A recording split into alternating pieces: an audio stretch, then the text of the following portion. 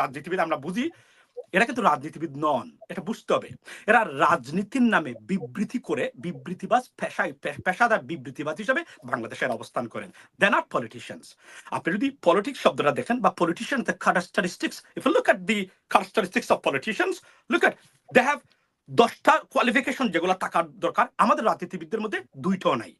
বাংলাদেশে পলিটিক্সের নামে যা হয়, that's not politics, this is চুরি, ডাকাতি, লুটপাট, রাহাজানি, দুর্বৃত্তায়ন, দেশের মানুষের সম্পদ লুটপাটকারী একদল ব্যক্তি বা group of people and some families, তারা বাংলাদেশের লুট সম্পদ এবং এই 18 কোটি বা 40 কোটি যাই বলেন মানুষকে জিম্মি করে রেখে তাদের সন্তানদের এবং তাদের নিজেদের জন্য আখের গোছাচ্ছে এবং লুটপাটে যুক্ত দুর্বৃত্তদের দুর্বৃত্তায়িত পরিবেশে দুর্বৃত্তদের আচরণ, এটা পলিটিক্স নয়।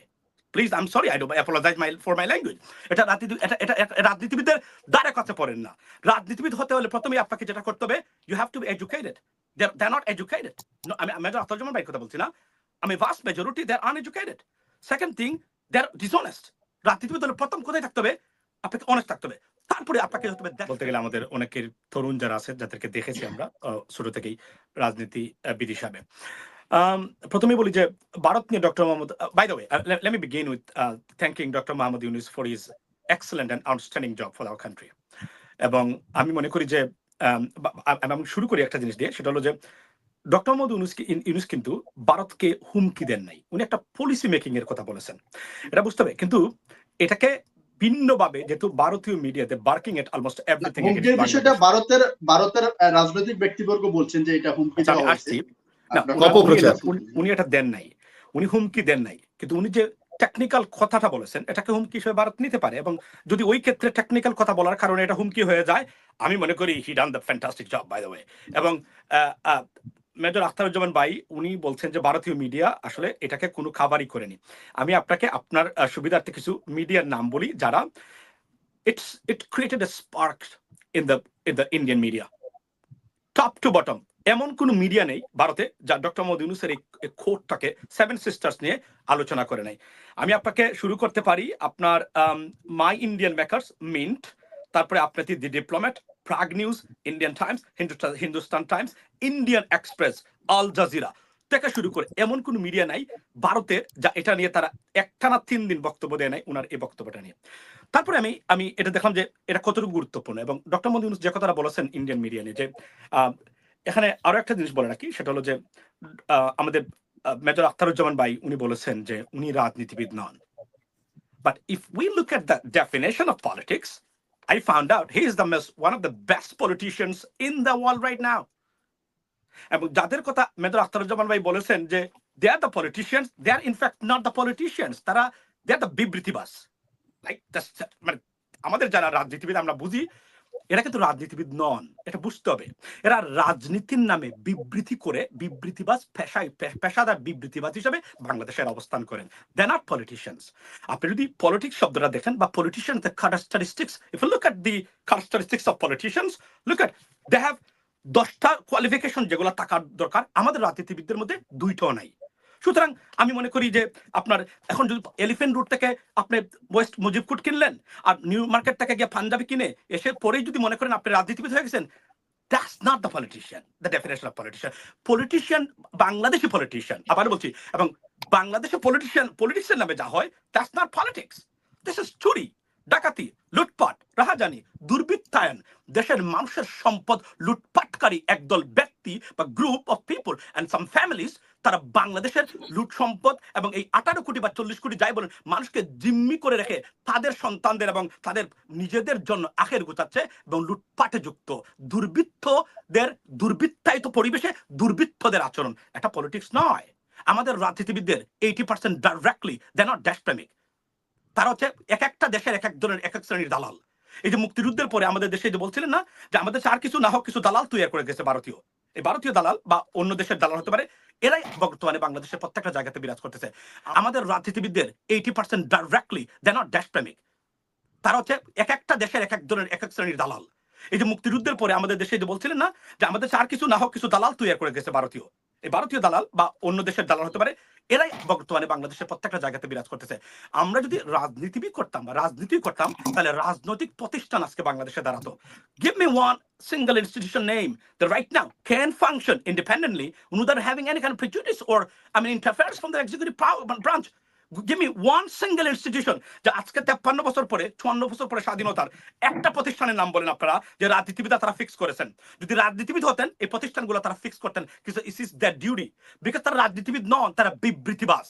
তারা পারিবারিক উত্তরাধিকার সূত্রে পাওয়া এক ধরনের কিছু আপনার দুর্বৃত্তায়িত পরিবেশের এই দুর্বৃত্তরা গেটে বেরিয়েছে বাংলাদেশে, এবং তারা বাংলাদেশের রাজনীতির নামে এমপি হয়ে মন্ত্রী হয়ে তারা বাংলাদেশের মানুষের সম্পদ লুটপাট করেছেন এতদিন। আমি তো মনে করি এই যারা সম্পদ লুটপাট করেছেন মানুষের ভোটে নির্বাচিত হন নাই, 2 নম্বরই করে নির্বাচিত হয়েছেন, ভোট চুরি করে নির্বাচিত হয়েছেন। প্রত্যেককে they should pay it back to the treasury, because এটা লুটপাটের অংশ, এটা আপনি পান নাই। এবং এখন বলছেন যে আপনার আখতারুজ্জামান ভাই বলছেন, I am sorry with due respect, যে উনি উনার he doesn't have any right. Now বাংলাদেশের ইতিহাসে কোন ব্যক্তির যদি রাইট থাকে তাকে বাংলাদেশকে নিয়ে ডিসিশন মেকিং এর, doctor Mohammad Yunus has it right now, because 90% মানুষ ডাইরেক্টলি রেভলিউশনের মাধ্যমে তাকে এই জায়গায় নিয়ে এসেছে।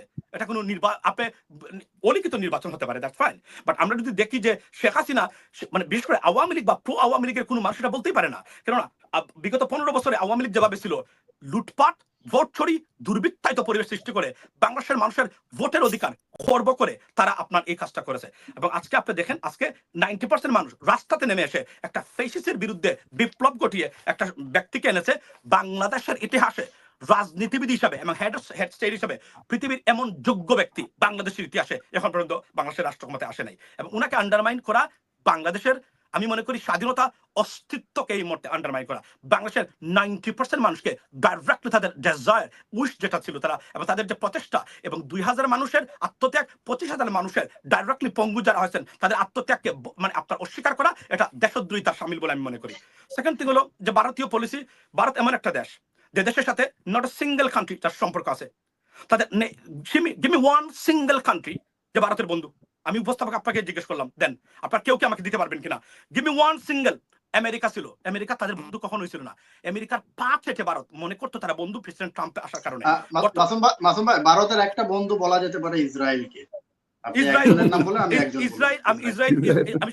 ইসরায়েল শুধুমাত্র because Bharat anti Muslim rhetoric বা স্টান্স আছে বলেই ইসরায়েলের এরা কিছু কিছু মানুষ মনে করেন। আবার বলছি, not all of the Israeli people, there are very good Jewish people out there in Israel, এবং তারা প্যালেস্টাইনের পক্ষে প্রোটেস্ট করেছে। আমেরিকাতে আমি তাদের সাথে প্রোটেস্টে অংশগ্রহণ করেছি, এবং ভারত ইসরায়েলের মাটিতে প্রাইম মিনিস্টার বেঞ্জামিন নেতানিয়াহুর বিরুদ্ধে অনবরত, আপনি যদি দেখেন আপনার টাইমস অফ ইসরায়েলে গিয়ে খবরগুলো নিয়ে আপনি পাবেন প্রতিদিন। আমি আপনাকে বলি, আপনি দেখেন ভারতের ইসরায়েল কেন, উনারা দেখেন ইসরায়েল তাদের সাথে বন্ধুত্ব করতে আসে নাই, উনারা গেছেন ওয়াই। এই মুহূর্তে আপনি জানেন সবচেয়ে বেশি প্যালেস্টাইনদের হত্যা করেছে ভারতীয় মিশনারিজ যারা আছে বর্তমানে আপনার ইসরায়েলের সাথে যুদ্ধ করতেছে। এই মুহূর্তে সবচেয়ে বেশি প্যালেস্টাইনিয়ানদেরকে হত্যার সাথে সরাসরি জড়িত এই ভারতীয় যোদ্ধারা যারা বর্তমানে ইসরায়েলের বাহিনী আপনার বর্তমানে এই যে আইডিএফ এ যোগদান করেছে, তারা কল্পনা করতে পারেন এটা। এবং এই হচ্ছে ভারত। এবং ভারত গেছে কেন, ওই যে আমরা মুসলিম বিরোধী, এরা মুসলিম বিরোধী তারা মনে করেন, এই জন্য এখানে যোগ দিয়েছেন তারা। কিন্তু কোনো ক্ষেত্রে আসলে ইসরায়েল ওইভাবে তাদেরকে কখনো গণে নেন।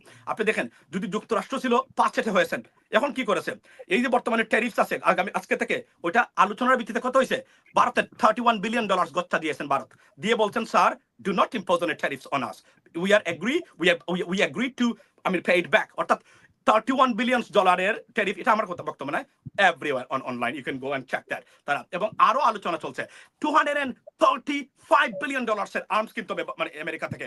তারপরে আপনি যদি কিনেন তারপরে এটা মাফ করে দিয়েছেন প্রেসিডেন্ট ট্রাম্প। তারপরে ভারতীয়দের যেভাবে অপমান করেছেন এবং শেকড় অবস্থায় দেশে ফেরত পাঠিয়েছেন, একজন বাংলাদেশি কি এখন পর্যন্ত পাঠিয়েছেন? পাঠান নাই। তারপর আমি বলছি এটা আমি তীব্র প্রতিবাদ করি, আমি মনে করি এটা inhuman treatment to this migrants. Definitely এটা আমি এগ্রি করতে পারবো না, আমি ডেফিনেটলি এটা। আপনি যদি দেখেন মধ্যপ্রাচ্যের একটা দেশের সাথে তাদের সম্পর্ক নাই, কোন দেশের সাথে তাদের একটা সম্পর্ক নাই, আপনার একটা নেইবারিং কান্ট্রির সাথে তাদের সম্পর্ক নাই। এবং এই যে বলছে ভারতীয় পলিসির গুণগান গান, 15 লক্ষ কোটি রুপি লোন করে বর্তমান মোদী সরকার দেশ চালাচ্ছে। এটা আনন্দবাজার পত্রিকার গতকালকের রিপোর্ট, আপনারা দেখেন গিয়া। এই হলো ভারতীয় পলিসি এবং এদেরকে আমাদের দেশে সুযোগ করে দেওয়া হয়েছে। একটা জিনিস মনে রাখবেন যে ডক্টর মোহাম্মদ ইউনূস যেগুলো বলেছেন এটা বিজনেস পার্সপেক্টিভে উনি বলেছেন, এবং we can flourish by doing mutual understanding or mutual business. That's how this global world is, and he's a professor of economics, বুঝতে হবে। এই জন্য তার চিন্তাধারা এগুলা, এবং এটা সঠিক চিন্তাধারা। ভারত এটাকে আপনার মানে খাটো করে দেখতে পারে বা কি করতে পারে। যদি তাই হয় তাহলে সেভেন সিস্টার্স মন্তব্য করার কারণে এখন ডক্টর ইউনূসের সাথে মিটিং এ বসতে রাজি কেন? কারণ মনে রাখবেন খেলার নাম বাবাজি, এবং বাংলাদেশ ছোট্ট দেশ হতে পারে, কিন্তু একটা জিনিস মনে রাখবেন, ভৌগোলিক অবস্থান এবং পলিটিক্যাল যে যে আপনার পজিশন, যেটা এই সরি পলিটিক্যাল এই পজিশন থেকে বাংলাদেশকে খাটো করে ভারত দেখতে পারবে না। এই জন্য আমি বলছি বাংলাদেশের অস্তিত্ব রক্ষার জন্য Bangladesh should go for a, I mean যদি বলি যে military agreement with United States, China and Pakistan and Turkey, এই চারটা দেশের সাথে মিলে এটা করা দরকার, করে আমাদের দেশকে। মনে রাখবেন জীবনে যতদিন ভারত বেঁচে আছে এরা আমাদেরকে পছন্দ করবে না, এরা সারা জীবন বাংলাদেশের দুশ্মন ছিল, এখনো থাকবে, এবং ভারতের সাথে মিউচুয়াল আন্ডারস্ট্যান্ডিং বিজনেস করা যেতে পারে, bilateral relationship with respect and dignity and fair and square relationship। এটা ওয়ান সাইডেড রিলেশনশিপ কখনোই আমরা মানবো না, এবং এটা কখনোই বাংলাদেশের সাথে। এটাই ছিল আপাতত আমার এই বক্তব্যটা। জি।